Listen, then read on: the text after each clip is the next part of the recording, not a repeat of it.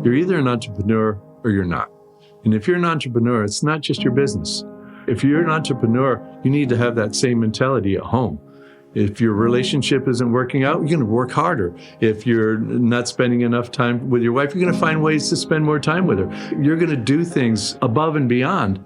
And if you can think that way in every aspect of your life, then your entrepreneurship in your business is going to be so much better because you're practicing it not as 7, 8, 10, 12 hours a day, it's your life. And if you can treat all of your life as entrepreneurship, then you know you got to go through fires. Things are never going to work out the way you think they're going to work out. There's always going to be bumps in the road and twists and turns that you didn't expect and disappointments. Those are the types of things that break up marriages. And yet those are the type of things that we run through in our business. Take that thinking and bring it home. And if you can do that, then you're going to wake up happy in the morning. Welcome to the Seven Hats Podcast. My name is Yuval Selik, and I've been on the entrepreneurial roller coaster for over 20 years. I've experienced it all throughout my journey: the grind, burnout, failure, and ultimately, success. The turning point for me was realizing that building a successful company is meaningless if you neglect the other significant areas of your life. So today, I'm inviting you to join me on an adventure through those 7 areas, what I call the 7 hats. Every week, my guests and I will drop valuable insights and pearls of wisdom, helping, motivating, and inspiring you to get your 7 hats in order and deliver real impact with meaning. So let's get going. Welcome, 7 Hatters. In this episode, we speak with Fred Cary and dive deep into hats 3 and 4, the servant and the entrepreneur, as we dig deep into business lessons learned with a seasoned entrepreneur through his roller coaster journey. The Marines have a saying, everybody wants to go to heaven, but no one wants to die. And to that, entrepreneurship takes consistency, dedication, and perseverance. But how many entrepreneurs actually stay the course towards success? Fred did, and we get to learn from his book of knowledge. Fred is a senior executive, strategic consultant, attorney, and investment banker. He has focused on building global companies from the startup stage through exit by IPO and M&A. So if you're ready to take command of your mind and take your business to the next level, let's welcome Fred to the 7 Hats. Fred, welcome to the 7 Hats. Thank you so much. I'm really happy to be here. I'm so excited. You know, on the 7 Hats, we meet many accomplished entrepreneurs, and you by no means are no exception. You know, you have a multi-decade story to tell, and I'm sure that it's filled with the ups and downs of that roller coaster journey, you know, that we all face. I can't wait to dig deeper into your story, but for most successful individuals, it all stems from their beginnings, the early moments that shaped their success. So, Fred, if you don't mind, entertain us by going back to where it all started. Where were you born, and how was your childhood like? Okay, happy to do that. If I bring a tear, this is only audio, right? So nobody will see it. I might show the tear. I might. Okay. I might clip it and show it. Okay. So I was actually born in Italy to an American dad and an Italian mom. And I lived in Europe most of my first 16 years. I think that my beginnings really set me up for entrepreneurship because I was living in a family that was made of complete opposites. My father came from Massachusetts, and kids, you know, the old phrases of kids should be spoken to or not speak until they're spoken to. And we had a very regimented life on his side of it, while my Italian side from Tuscany, they pay the children to dance on the tables and, you know, go get seconds out of the kitchen with grandma.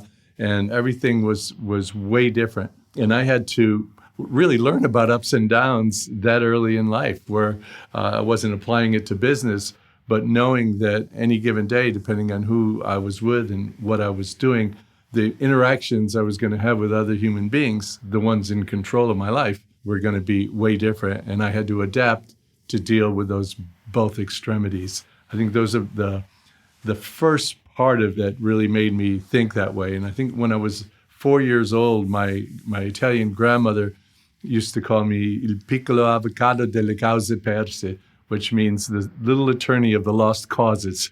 And and from 4, I was defending myself, and I was never one to be agreeable with my dad just because he was ordering me to do something. My next younger brother, Bill, was the opposite. He would agree with anything my dad said and then go on about doing exactly what I would do, except he was a lot more diplomatic. I would say no and be punished all the time. So what was your dad doing in Italy? Well, he went there in the military service during World War II, but loved Italy. It was way different than his little Dalton, Massachusetts life that he had, and stayed on as a civilian contractor working for the U.S. government. And he did that for the rest of his life, really. And he married an Italian Sicilian lady? No, from Tuscany, not From Sicily. Tuscany, Yeah. sorry, from Tuscany. Yeah.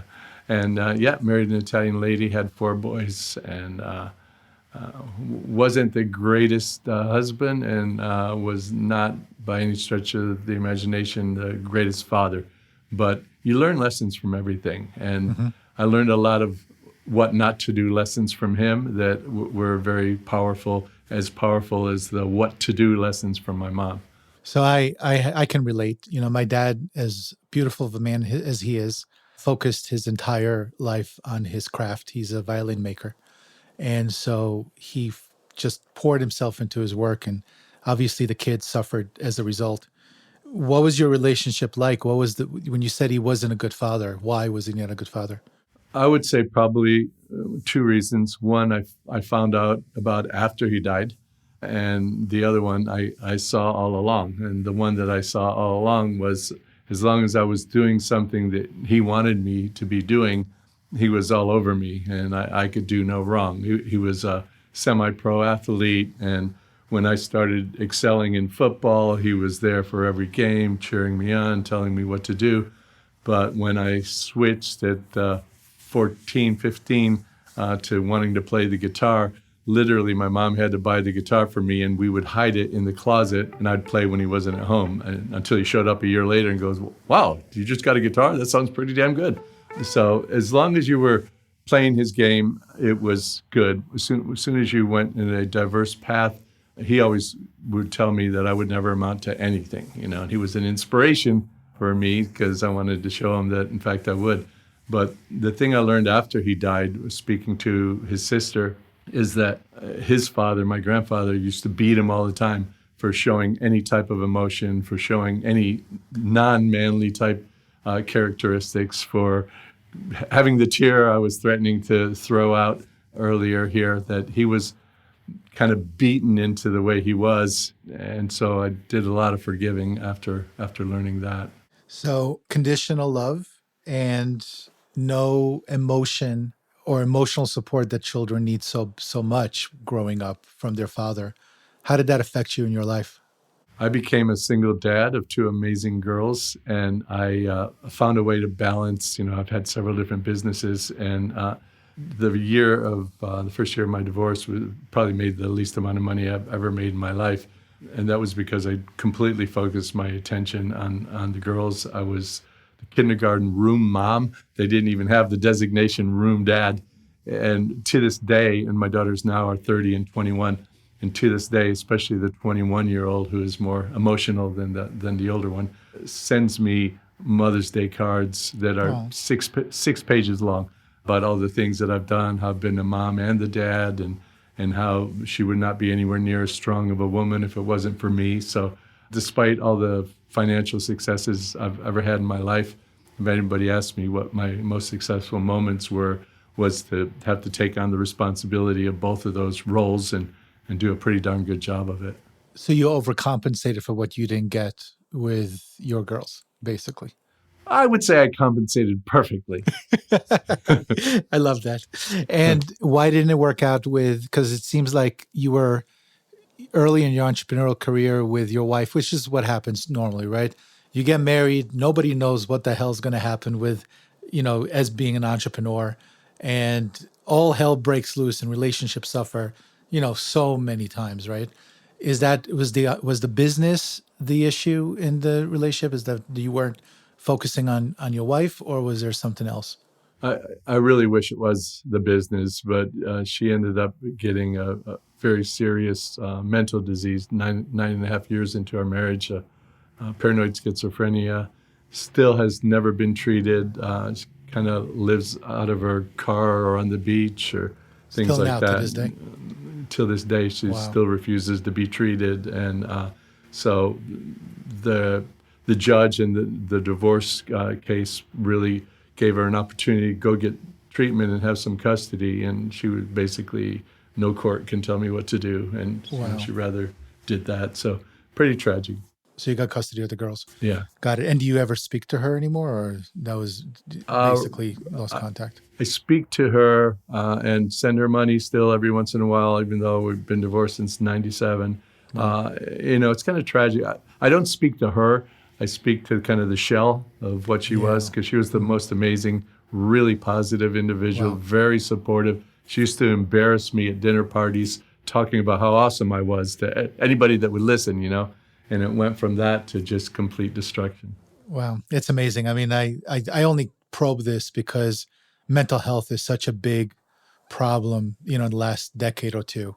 And whether you're an entrepreneur working alongside or in partnership with someone who either doesn't know, right, what an entrepreneur's life is like and resents you for it, right? Or there's some mental Right. health issue around. So it makes it that much more difficult. So let's go back to, so you have four boys, right? Your dad had four boys, and tell me a little bit about your relationship with your brothers. How did that go? Did you guys still in conversation? Were you know, arch rivals? Like what was that like? We had a really good, tight relationship, and I still do with two of my three brothers. One is a long story that I still don't understand. Probably the one brother that I supported the most, put him through law school, set him up as a partner of mine, and when I went to, because I was an attorney for, in the middle of all this other crap, I was an attorney for about 8 years, and when I decided to go back to entrepreneurship, that it didn't work out so well with him, even though I left him everything, left him the business. And so we have a strained relationship, not for my wants, but Yeah. that's just the way it is. But my other brothers get along with famously. Although when my youngest brother, who was 8 years younger than me, when we were still kids, I remember we got some sets of boxing gloves, and I would box him, but I'd get on my knees to make it fair and proceed to kick the shit out of him. But he's forgiven me for that. I love it. And so growing up, so now you're in school. I'm assuming, when did you leave Italy and come to the US? I actually came to the U.S. in first grade for about a year and a half. For my father needed some training, but then I was in France then, and we came back when I was 16 to Cherry Hill, New Jersey. It was the '60s, late '60s, and I showed up from Paris, France, with my bell-bottom striped pants and my polka dot shirts with white collar and Beatles haircut, and drop into Cherry Hill, New Jersey, where everybody was a greaser with black leather jackets and greased back hair, and everybody wanted to kick my ass. Little guys, big guys, fat guys, That's skinny so guys, funny. they all wanted a piece of me. I have the same kind of story. My parents moved me to upstate New York, so I'm an East Coaster too. Now I'm in the West Coast, but I lived in New Jersey. I lived in Queens and went to school at Binghamton. And I remember when I was in ninth grade, my parents moved to like Hunter Tannersville. I think the population was 800, the whole town. And here I am, like this you know city kid with the Walkman coming in, and I was just destroyed that whole Yeah, year. I had made my parents move me back. yeah, good. I wasn't so brave. I spent probably the worst 3 years of my life there. Ugh. But it does shape you. I mean, I think your story is similar to my story in some respect, in terms of not having the father figure that is ideal, having this conditional love or trying to please, being in places when you're earlier on in your childhood where you either get teased or so it's like you have to prove something, and Yeah. wanting to succeed is that void that you've been missing, and you're like, I got to do something big, because if I don't do something big, then what is that all about, right? So I think I've seen that before many times, and it seems like this is happening here. So When you're in the States, you go to school. Did you go to college? And after college, like, give me the timeline of your beginnings. And did you want to be an entrepreneur when you were a young kid? Was that a dream, or did you fall into it? How did that work? Yeah, I didn't even know the word entrepreneur then, but when you talked about your own upbringing, it really made me think of something in a different way, and I will answer your question, but it just inspired something to me, and for all of you people out there, guys and girls that are thinking this way, I was an outsider, and it sounds like you were an outsider, at least for a period of time, and it seems a lot of times when those of us that are challenged to find our own way when we're different from everybody else, or we believe we are, or people tell us we are, that we really have the opportunity to get out of that comfort zone and get into something new, because we don't like the comfort zone because it kind of sucks for us, because what's normal for everybody else, we're outsiders in there. So if you're this kind of grew up in the corporate world and had this very successful executive life, the chances are you probably had pretty decent normal upbringing with the good chummy friends, and got six packs and on the weekends and got drunk in the back of your Chevy or whatever. Nice. Yeah. And I was smoking weed back then. Back then you did weed or beer, one or the other, not both. And so, but in any event, what shaped me as an entrepreneur, I think that's part of it. Even if I didn't know what that word was, because I felt like an outsider, I kind of felt like I needed to do my own thing in my own way. And that was always there. Recently I looked at newspapers.com.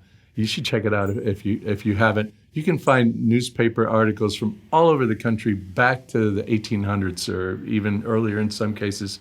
And although I'm not that old, I was in a rock band in my last 2 years of school, and I was looking for a story that about that band in the Cherry Hill newspaper, and I didn't find that story, but I found a classified ad of mine when I was still 16, just turning 17.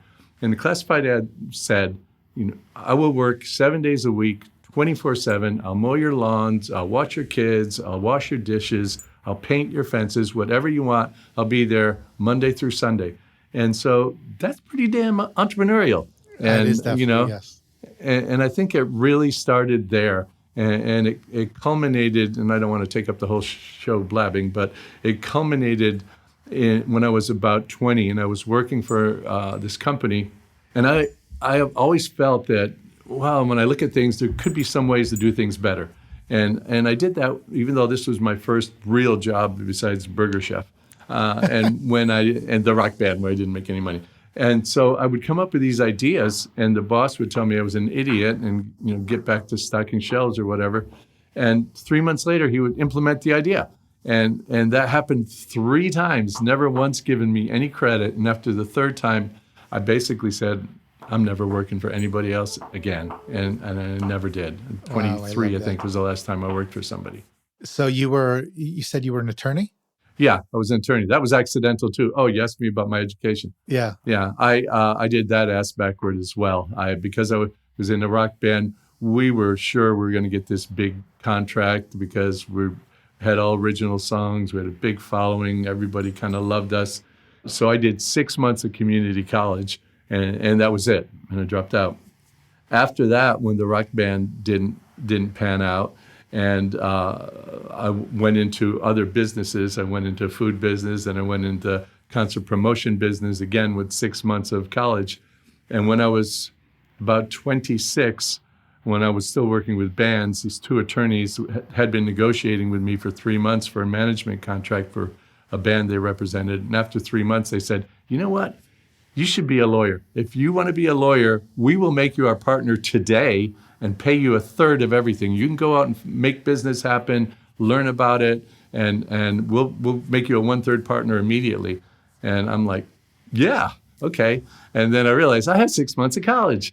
And so I basically, there's something called CLEP, and it's a college level entry preparation exam or something. You can get credits if you can go in there and take these courses and show that you have the proficiency to have passed that if you were taking it in college. Most people do that for 1 or 2 classes to kind of catch up. I did it for 2.5 years of school. And in 3 weeks, I got my undergrad and was able to get into law school and graduated law school. But it was all, I do not recommend that, even less than I recommend entrepreneurship. Even less. I love that. So what made you end your legal career? I wasn't really creating anything, and that's always been my driver. I always tell my audience to kind of find their purpose and lead from there, and you can be very successful financially and very miserable in every other aspect of your life. Yep. And so you can actually be much happier if you're not anywhere near as financially sound, but doing exactly what you want to do. And so I stopped being a lawyer. I was really, really good at it. I was making a lot of money. I was winning all my cases, none of which I should have won. And it just didn't do it for me. So I went back to entrepreneurship. Were you married that time already or no? I was married. I was married for the last half of it. Last half of it. Got it. So then what got you into, what was the first business idea? How did that happen? Aside from the two in my 20s, the first business idea when I moved from, I was in South Florida then. I moved from South Florida to San Diego, where I still am, because the environment in South Florida is a great party environment, but I didn't feel, especially at that time, and it's probably changed somewhat now, but it wasn't a very entrepreneurial nesting ground. And so I came to San Diego, and I started a company called Boxlot, and this is just when eBay was starting out, and they had about a 9-month head start over us, and we got in there and tried to do auctions better stuff, and we just could not catch up to them, and that was a real pain point because I had gotten about $8 million worth of investors at that point. Wow. And we were just struggling. We were not making it at all, but we were doing something that was really interesting. I had a big engineering staff because we were building up a lot of the technologies necessary to make auctions really work. A lot of the things like reverse bidding or bid or buy or multiple bids or setting your highest bid and having the technology do incremental bidding, none of that existed. And we were building all that stuff. And so I decided, well, let's be a technology company instead. And so we created all those things. And 9 months later, we got an offer to acquire us for $125 million. So it worked out well. From whom? From a competitor to eBay or from a company called InfoSpace that was the fastest growing public company at the time. Their CEO saying they were going to be the world's first $1 trillion company, but then a few years later they imploded. But all that technology was being used by everybody because InfoSpace was really supplying everyone. So eBay, Yahoo, Amazon, all of them using that technology. Yeah, I heard of InfoSpace. So, all right, well, first business, like real business, $125 million sale. Were you a small minority or did you have enough to be able to say, well, what do I do now? Do I start golfing or do I start something else? Well, I had about 40% of that. I started looking for $10 million homes, but it was locked up in shares, and the dot-com burst in 2000, right. And so my 40% share started becoming less and less and less and less, and ended up being worth a few million instead of 50, 60 million. So that was painful. That was painful watching money disappear before your very eyes. Any lessons learned during that time that you want to share with somebody who's about to sell or thinking of selling in the future, or Yeah. Well, if you have a position where you're selling and you are doing a stock sale, you got to find a way to make some of it cash, number one. And if you can't, you can actually leverage that. There are companies out there that will take that stock and use that as collateral for you to build a solid portfolio around that. And they're experts in that field. And that kind of minimizes the risk of just holding on to that one piece of equity and what can happen with it. Those are probably the most important lessons, to be able to take that and diversify. At least have some cash available because things sometimes happen that you don't Yeah. predict. Yeah. All And right. try to make your lockup as short as possible. A lot of times they'll try to lock you up for 18 months or a year, see if you can make it 6 months or less. Did they want you to continue working and taking them through the transition, or were you out right away? No, out. Out. So now you have, all right, so now you have a few $1,000,000. I mean, it's still enough to enjoy life a little bit, but obviously that's not enough for you. So what do you do, and how did you come up with the next idea, and why? The next idea didn't really go anywhere. So I don't know whether we should talk about it because I only did it for around 9 months or so, but it was a company called Azure. And if you guys cut and paste right now, it was technology that we invented, but we weren't able to get funding or anything. And that was acquired for pennies on the dollar. But that was a cool ass company, but got nowhere. After that, there was a company called Path One. And with Path One, we were really trying to, and that was 2001. And my first day on the job was the day that, 2011, I think. But my first day on the job there was a really bad day for us in history as well. And we had this company that we were wanting to utilize the internet as a backbone to deliver real-time, high-definition, live data from the major sporting events around the world. And we were really fighting a battle because the internet is a kind of a best efforts type network. It really takes your information and cuts it up in millions of little packets and sends it over diverse areas to get to its location and puts it all back together. And so nobody thought that we could actually do it for real-time HD sports because we're not talking about transmitting to the home. We're talking about big-ass transmissions that were going to CBS in Los Angeles or NBC in New York, where they would take it into their room and then distribute it out from there. And we had I would get booed off the stage almost when I try to talk about this, but we built this amazing technology. What it really did, the simplified version, is it sent 2 packets of every single packet we duplicated, and we would send it out. And so our machine at the other end would look at all these packets. Oh, I got 2 of these, throw one away. Oh, I only have 1 of these, great. And it would do that all in a tenth of a second.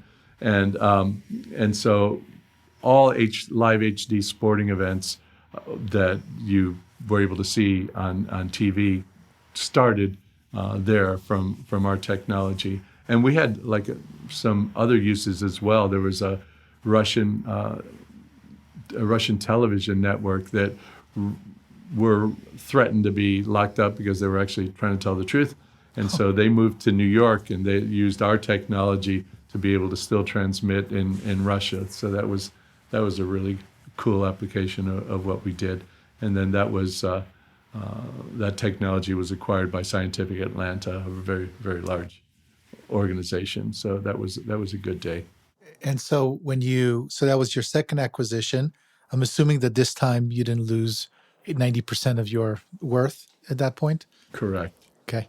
And it was a significant sale that, again, you could have just said, guys, I'm chilling out. I'm good. I've had my downs. Yeah. What possessed you to continue on, and what was that mindset like? So tell the entrepreneurs out there who have never sold a company or have been acquired, what is it like to get acquired, and what's that mindset after you get acquired and you have so much that you can't even spend it all, quickly? Yeah, well, I'm not sure I follow that. I'm in that second half because I can spend a lot quickly. But I'll tell you what my first inclination is really not to work. And 4 months into my retirement, around 20 years ago, it was a Thursday, and it was 4:10 in the afternoon. I realized it was 4:10 because when the realization of what I was doing hit me, it struck in me. It'll be there forever. It was Thursday afternoon. I was in my family room, still wearing my robe with half of my junk hanging out, unshaven, hadn't brushed my teeth, cold cup of coffee in front of me, and I'm watching Oprah. And I thought, and Oprah, if you're listening, no offense, I love you, woman, It But wasn't Oprah's favorite things, was it? Just no, no, no. And, and you get one. Well, I you got get a one. Yeah, job is what exactly. I got. So Yes. I went to work the very next day and then started a few different companies. But I think to your point, when you get to the point where you have enough money not to work, why work? Most of the time, if you get to the point where you have enough money not to work, it's because money is not your driver. If money's your driver, you're going to make a lot of mistakes. You're going to do things for the wrong reason. You're going to have a miserable life, and the first hurdle you come to, you're going to stop and try something different because you're a hustler. You're Yeah. hustling, and you're just trying to make money.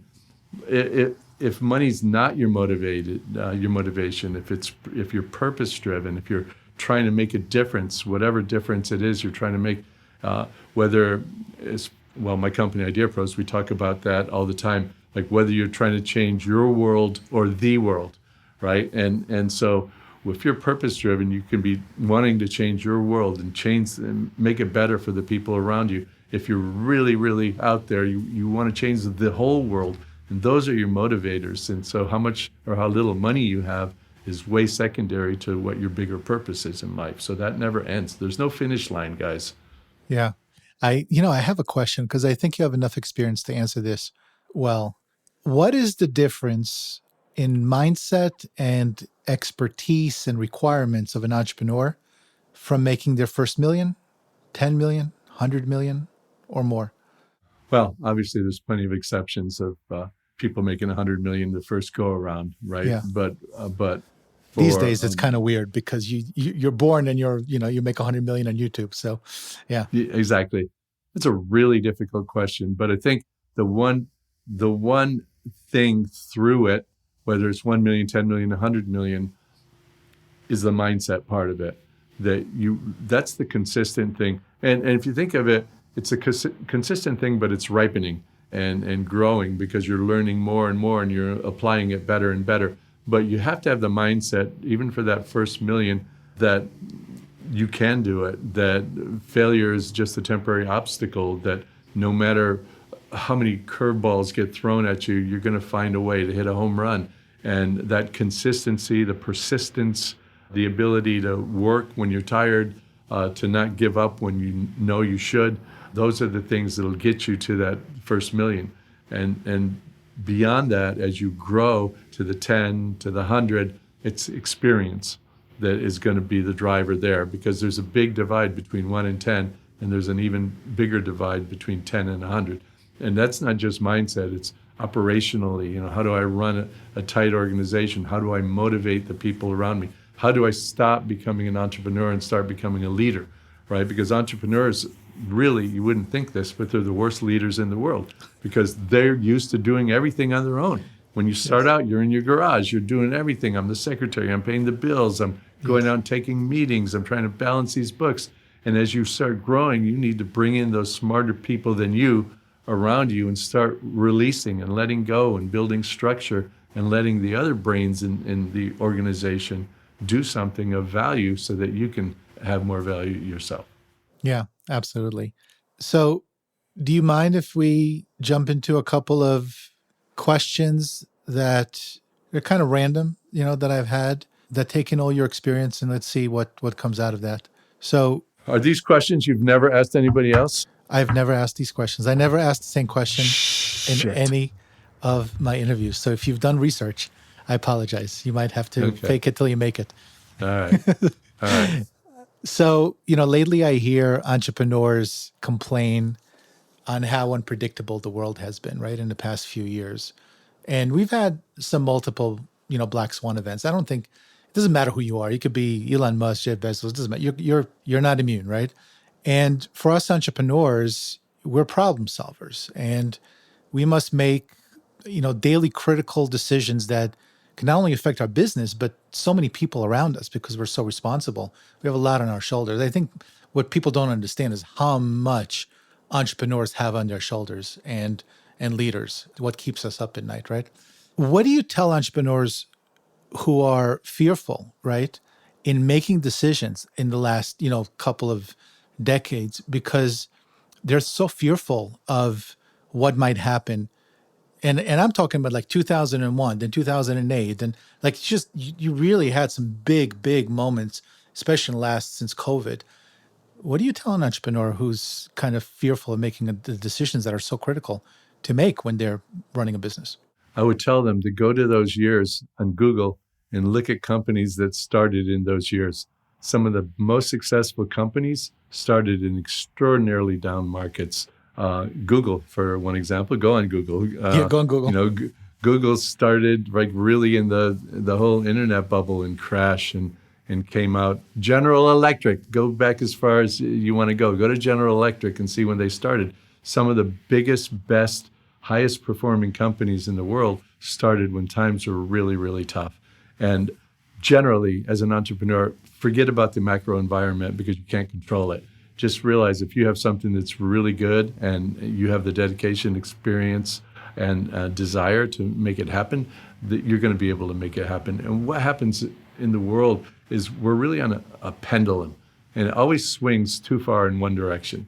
It never is in perfect harmony right there at that center point, right? We're either too much or we're too little. And when you get those really too much bad stuff moments, you know it's going to come charging in the other direction because that pendulum is swinging all the way up in that one area. So start preparing for the things that are going to be happening when that pendulum turns back your way, and be prepared and start being ready to make money and to have a successful business. Don't be afraid of things like that. How much luck do you think plays into success, especially during these times of the pendulum swinging? Very little, I think. I think luck kind of can play more on the outside of that when you're exiting, for example, the internet bubble, right? Things like that. You've done everything, you've executed, everything's perfect. There are companies that started a year later than others during the internet boom, where the guy next door made 150 million and you got $150, and so that exit timing, there's luck in that I don't, well, I was going to say I don't think it's predictable, but as you get older, it becomes predictable. Like all the things with Bitcoin and everything, I started telling my friends, be careful. Nobody's buying anything. You're trading money around a circle, and pretty soon the circle, there's not going to be anybody else in the circle. So who knows where that's going to go, but there's huge volatility, and you can see things that don't make any sense. Like, for example, even during the .com era, right? You could have had shit.com and made a fortune. Because it had the .com name to it. Or things like in 2008, I started getting wise when I got wise a year earlier before the crash, the real estate crash, when both my gardener and my pool guy were talking to me about how many homes they owned and flipping homes. And I'm like, what? And who's going to buy these homes if it's down to the pool guy doing it? So there are indications if you pay attention and just don't have this exuberant, like, wow, the world is a different place now. No, fundamentally it's the same. It's supply and demand, and that's all there is. When you have too much supply and no demand, you're screwed. When you have a lot of demand and hardly any supply, you can make a fortune. Yeah, I mean, there's definitely a sign where, grandma is getting into the stock market where normally she would not. You got to sell your shares, because usually what happens, the first round of sales, let's say, or activity, are those by the institutional or really wise, powerful individuals. And then it's like that curve, and the laggards at the end. Once the laggards get into it, if you're smart, you better be out, whatever it is. And I remember that in 2008. Yeah. So, it's funny. You're a very vocal individual, and I've done a lot of research, and you have an incredible, social media account, and you spend a lot of time educating, which I love. I saw an interesting post, provocative quote that you had on your Instagram from Mr. Marcos, who was the former president of the Philippines. And it goes like this, quote, "He who is a leader must always think alone, act alone, and accept consequences alone." What's your take on that statement? And I had very mixed emotions in quoting him, because I have a very large and loyal audience in the Philippines, actually. They're my most loyal. If I go to the Philippines, I could be king. And I had mixed emotions about that. But I also wanted to have a further discussion about leaders who fail later on. So I'm using that as part one of a couple of different parts. Uh-huh. But fundamentally, what he's saying is really true. As a leader, you want to speak last, right? Because you want to take it in. If you sit and you go into a table and it's full of your executives or your staff or some audience, whatever it is, you want to hear what everybody has to say. Because if you say it first, everybody's going to just agree with you, or at least there's a tendency to do it, right? So speak last. But after you speak last, you have to take everything in and make up your own mind. And it's nobody else's fault. If somebody in the room, if two executives suggested one thing and you decide you wanted to go that way, ultimately you are the one responsible. You're the one captaining the boat or the ship. And you're the one that has to make a decision and live with it, not necessarily stick with it, because if you see things aren't going the way you want, you have also a duty to change and make it better. But fundamentally, you're very alone as a leader. And I have to tell you that people who are chasing success is never permanent. And there are many, many nights where I've slept an hour, 2 hours, because of all the worries I've had, the stresses I've had. Even in my current business, there's ups and downs, and we got to a point where we're growing too fast, that we had capital constraints because the cash flow couldn't keep up with the growth. And so you can spend these sleepless nights, and the next day when you go talk to your executives, you can't tell them that. Yeah, you can't say, I'm so worried about our business, I don't know what's going to happen. You have to be that force, the power in the room that says, we're going to make this, guys. Yeah, I know it's difficult. You guys are probably worrying about it, but these are the three things I was thinking about last night. And you omit the part when I was up all fucking night crying. And yeah, I'm sorry if I use that word. No, please. It's all good. Okay, because I have a trademark tagline is fuck average, be legendary. And the trademark office gave it to me, so I use that word occasionally. But the point is, you are all alone as a leader at the end of the day. I'll never forget. I mean, there's so many sleepless nights. I mean, right now with my current business, it's doing really well. I have a very large team in the Philippines, by the way. They're the most beautiful people. Amazing. Incredible people. They're so loving and they're so loyal. And they talk about how it's a family, right? It's not just a workplace. It's an incredible group of individuals. But I remember, hat number 3, and we'll talk about relationships in a second. Hat number 3 is all about relationships with others, and those nights where you're sucking your thumb on the bathroom, floor, trying to figure out how am I going to pay. Wait, you got a camera in here? Oh yeah, I do, guaranteed. And so when you're doing that and you don't know what's next, and you don't, you have a lot.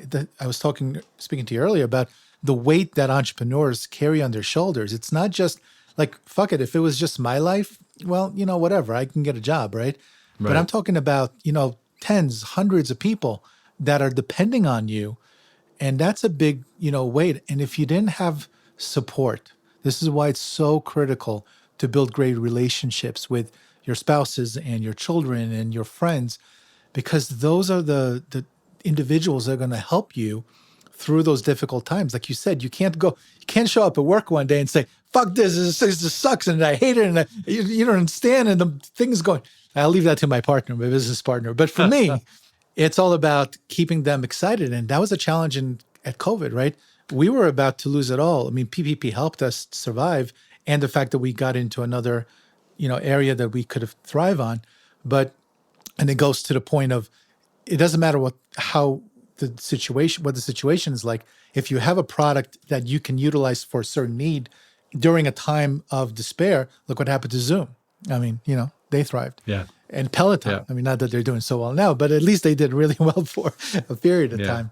By the way, when COVID happened, I almost immediately, and I don't play stocks at all, I'm more like the grandmother in that sense, but I immediately bought Amazon, Zoom, Apple, and I think UPS and one other, that all would have to benefit by us all staying at home. And they all did incredibly well, although Zoom didn't seem to know what it was doing with its video conferences. They didn't expect what happened to them. But the point is, you need a support system around you. And because I have a support system, it makes those terrible nights better, because in the morning when you talk about it and you have your wife or your husband, your girlfriend, your boyfriend say to you, you can do it. Yeah. You've always done it.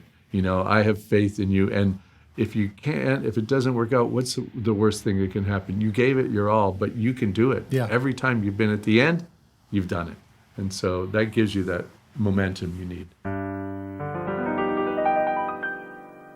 I, on the other hand, bought every travel stock possible, thinking that it's going to come back like Carnival. I mean, come on, it can never go down more than what it was. I'm still like 60% down, but eventually people will travel again, I hope. I wish I was as smart as you. So, as entrepreneurs, we're pulled in so many directions, and for so many, the needs to our business wins out, over and over again. And, we suffer the consequences in many aspects of our lives. And this is where the 7 hats came in. And I know that you focus on your, on your categories of life, on the other aspects of your life, because you've been burned many times. And this is, again, like why I created the 7 hats. I was one of those entrepreneurs that almost lost everything, right? Including my business, my family. And it was only because I was solely focused on my business, which is an irony in and of itself. So if you don't mind, I'd like to ask you a couple of lessons, kind of tips, general, but I'm sure can help, that you've amassed, throughout your vast journey. Let's talk about relationships, because that's going to catapult through what we just spoke about. We spoke about how important it is. Are there any tips or aspects to relationships that you want to share with the entrepreneurs out there who might or might not think that relationships are so important? Not what you just said in terms of, support is important, but what did you learn? What would you do better? What would you do different? Who would you spend more time with, in your relationships throughout your journey? It took me a long time to figure this out. And I think probably just a year or so ago, I finally got it together. You're either an entrepreneur or you're not. And if you're an entrepreneur, it's not just your business, right? If you're an entrepreneur, you need to have that same mentality at home. If your relationship isn't working out, you're going to work harder. If you're not spending enough time with your wife, you're going to find ways to spend more time with her. If the people around are giving Valentine's Day gifts of chocolate and flowers, you're going to give business courses to Harvard. You're going to do things above and beyond. And if you can think that way in every aspect of your life, then your entrepreneurship in your business is going to be so much better, because you're practicing it not as 7, 8, 10, 12 hours a day. It's your life. And if you can treat all of your life as entrepreneurship, then you got to go through fires. Things are never going to work out the way you think they're going to work out. There's always going to be bumps in the road and twists and turns that you didn't expect, and disappointments. Those are the types of things that break up marriages. Yeah. And yet those are the type of things that we run through in our business. Take that thinking and bring it home. And if you can do that, then you're going to wake up happy in the morning. Yeah. I always say that entrepreneurs only do one thing, and they solve problems. That's really all they do. Right. They get up in the morning, there's a problem, they solve it. And you're right. It's so important to look at everything in your life as something that you can solve or something you can make better. And if you pay attention to all of the other aspects. Now, we talked about relationships with others. What about the relationship with yourself? How long did it take you to learn about that one? That's number one, right? Is that the first hat? Hat number 1, the golden hat. Yeah. I'm still in that discovery, that I don't think that ever ends. You really need, it's the foundation for everything else, right? If you don't believe in yourself, you can't do any of those other things in there. But there's always doubt. Every time something goes wrong, even though you're going to work your way through it, there's always that kind of self-doubt. Am I really up to this challenge? Am I really the person that I think I am? And so there's always that struggle, for me at least, and it may not be normal, but for me, there's always this kind of, I can do more, I can do better. And so discovering myself is an ongoing process. But I can tell you this, I'm liking myself more and more. And I think the more that I give, the more that I think altruistically, the more that I lead with purpose, and the more that I'm able to tell others, I have like 500,000 followers now on Instagram, the more I'm able to tell them on a daily basis, it's going to be okay. The one thing you can change overnight is your mindset. And then if you can change that overnight, everything else changes. And so I'm liking me. And I think that that's the thing you need to work on every single day. In fact, the 2 hours in the morning, and I suggest this to everybody else, before you work on your business, work on the most important thing, which is you. And so I get up early. I have a trainer. I'm 72. I have a trainer that comes here 60 to 90 minutes a day, Monday through Friday. We're working hard. I've had 4 20-something-year-old associates that work with me came to work out with me. Every one of them threw up in the workout. Every one of them. So this is not like a 72-year-old workout. So I'll work out, and then I'll spend some time to talk about gratitude. It could be just breathing one day when you're reading about really bad pollution in another place. So find something to be grateful for every single day. And then I do positive affirmations to really for that hat one, that you can do this, you're tough, you're resilient. And after that, I'll meditate. And you can meditate for 30 seconds and get a charge out of it. You don't have to do that for an hour or two. And by the way, you don't have to have a blank mind. I still can't get that shit together. You just have to calm down, right? Yes. Focus on the moment and everything else, forget about everything else. And then I'll read a paragraph, a page, half a book, whatever it is. I do those things first so that when I tackle my day, I'm of much better service to everybody else because I served myself first. I love that. I have bookends. So I have my morning routine and then my evening routine to close off the day because I think morning routine starts in the evening. But you've had experience hanging out with a bunch of really powerful and probably very successful individuals. Do you see a common thread with those individuals having a morning routine, evening routine, some sort of cadence or discipline? Is that one of the secrets to their success, you think? Yeah, you have to do the things you don't want to do in order to get the things you want to have. Yes. Right? You can't. Everybody wants to have an extraordinary life, but nobody wants to do the daily extraordinary things required to make that happen. So if you start your day doing these regimented things that are designed to get your body going, to get your brain going, to get your spirit going right at the very beginning of the day, if you do those, then you have a much better chance of making through all the fires ahead of you every single day. And I see that common thread.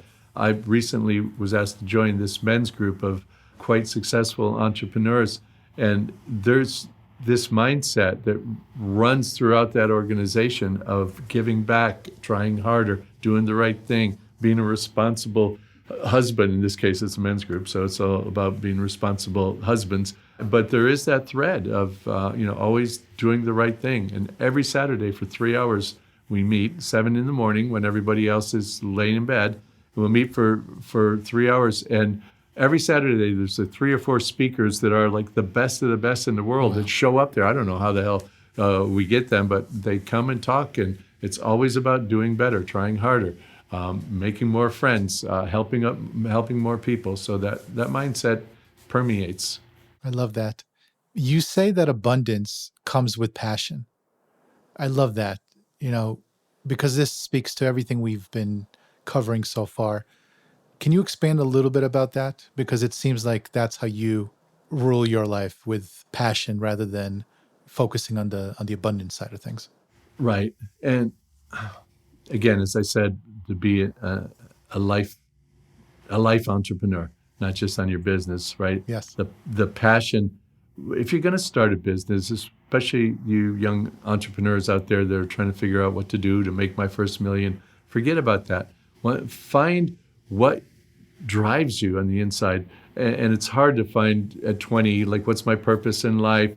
And it may be vague, but think about the things that you're passionate about, because your purpose is hiding in there. And think about the things that you're passionate about and find a way to take those things and turn them into a business that you're going to really love doing, so that even in the very beginning, when you wake up and you don't have enough money for ramen, you're still putting your feet on the ground on the side of the bed and you're smiling because you're doing what you're meant to do.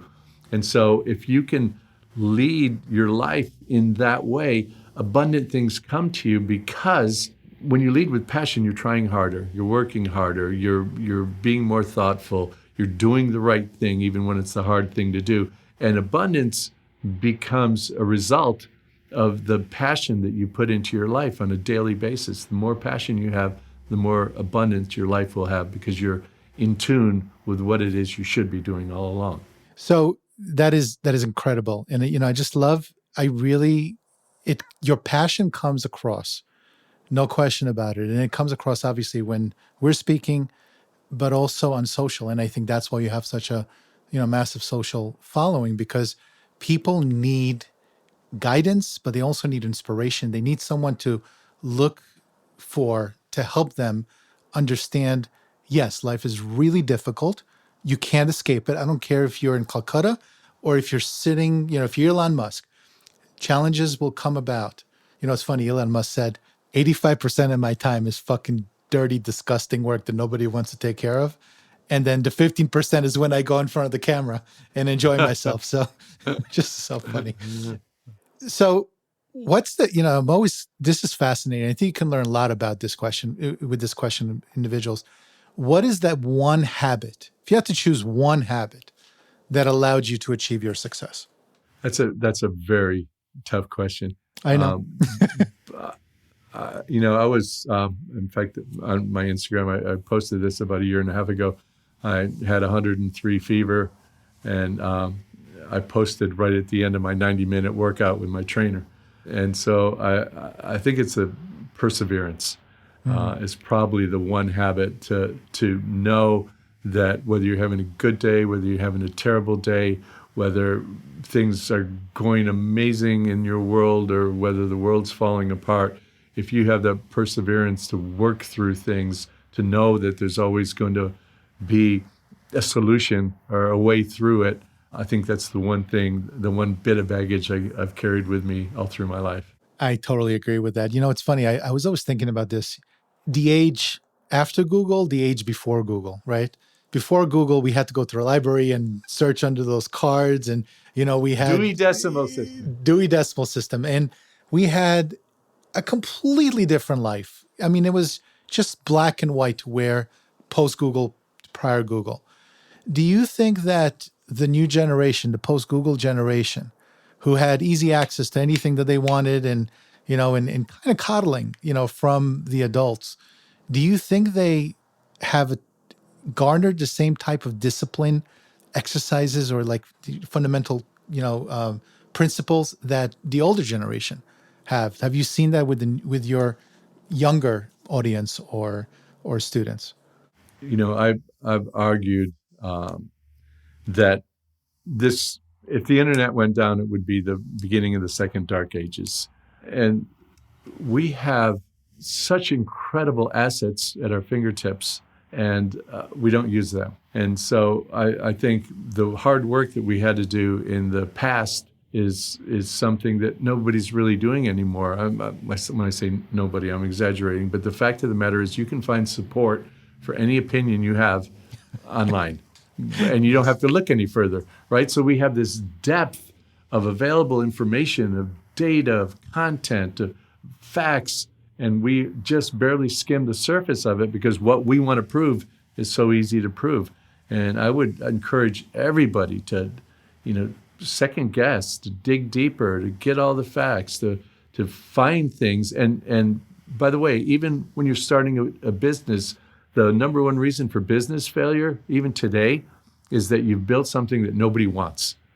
How horrible is that? That's right? The number one. When you have Peter all this Drucker. information, really, you have all this information at your fingertips now, Yeah. and you don't use it. You don't know your competition, its market size, the market growth, the market opportunity, what customers like. What are all the one-star reviews of your future competitors? How are you going to turn those into your 5-star reviews? Nobody does that. It's just like, I got a great idea. My mom says it's cool. I'm going to go run that way. That's crazy.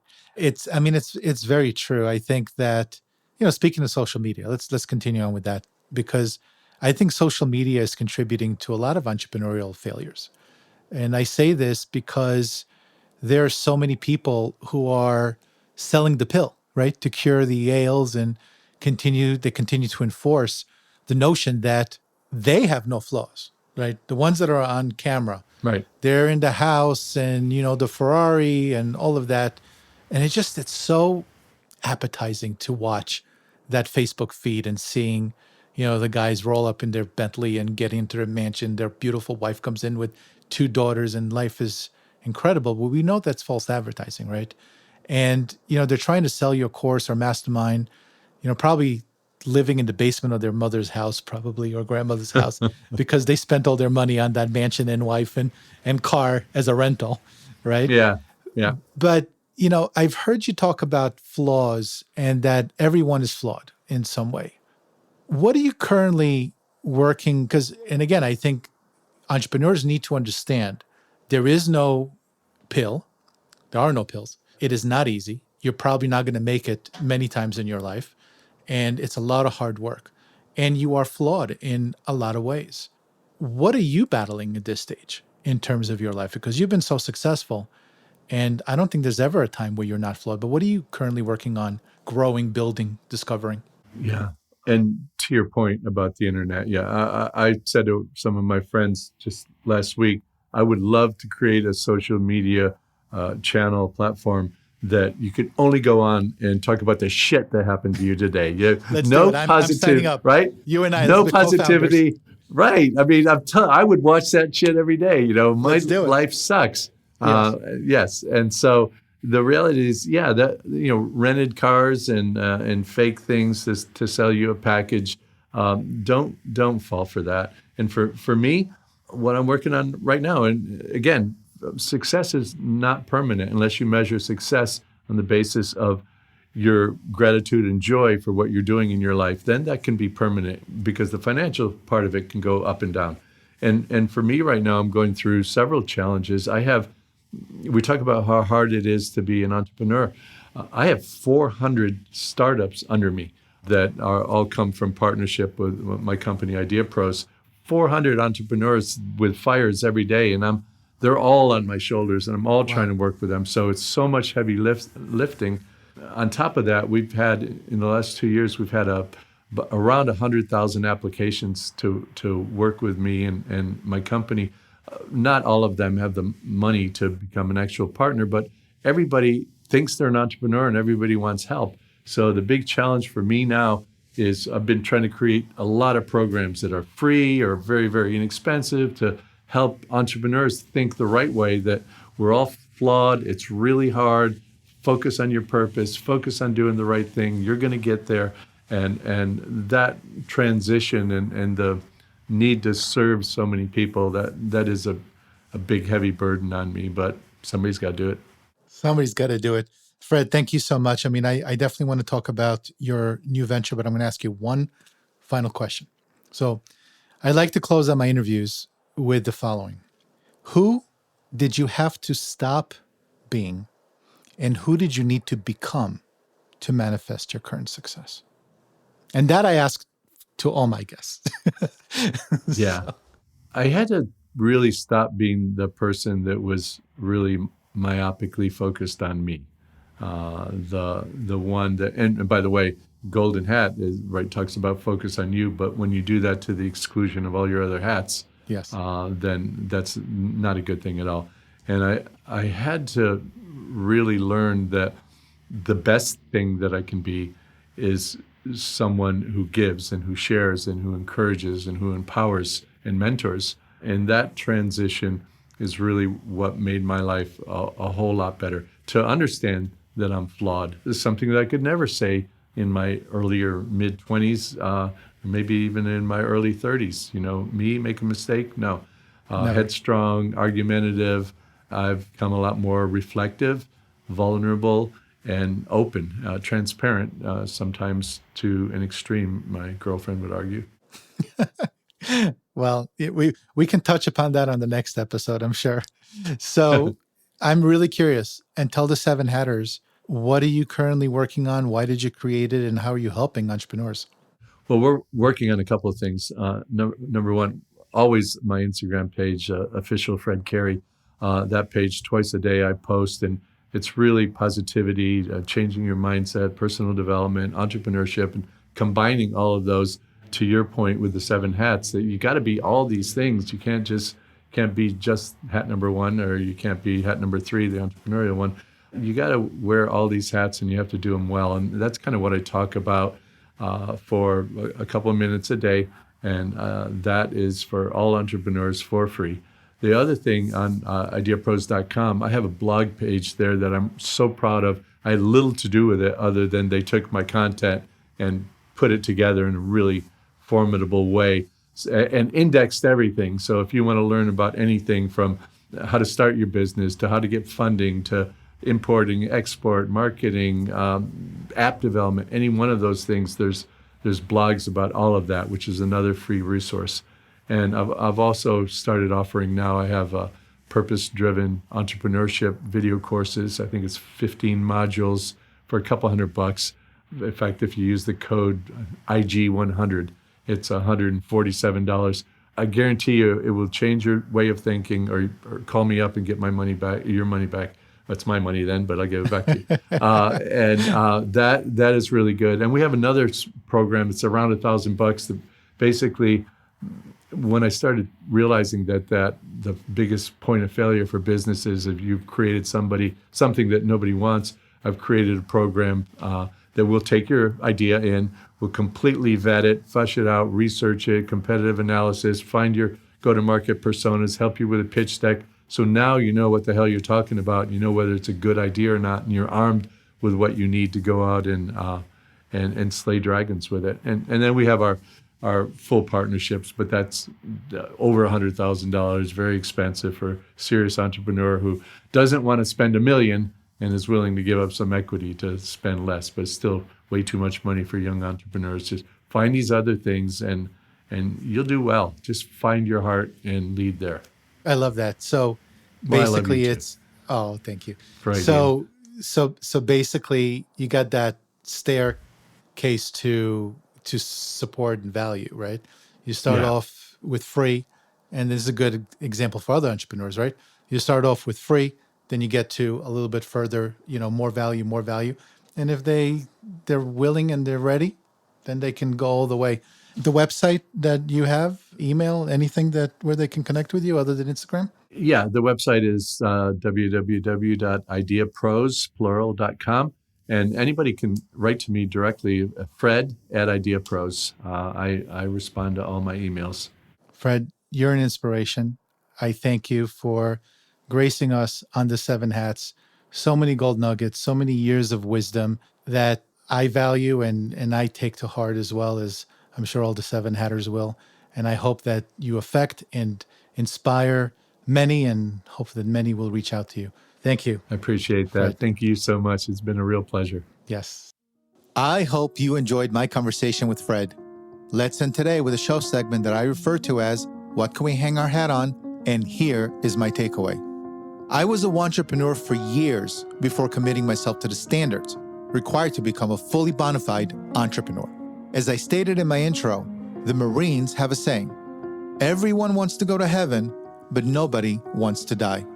We want to be in the limelight and experience the freedom, the joy, the abundance, the financial independence, and fulfillment of what we think our business may lead to, or as the Marines call, heaven. But we are unwilling to die and endure the pain, failure, risks, discomfort, uncertainty, and loss to bring it all to fruition.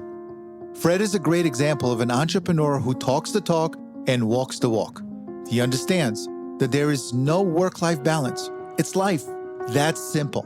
If you're looking at work separate from your life, you're out of balance, because the balance is how you allocate time to your 7 hats, not compartmentalize them.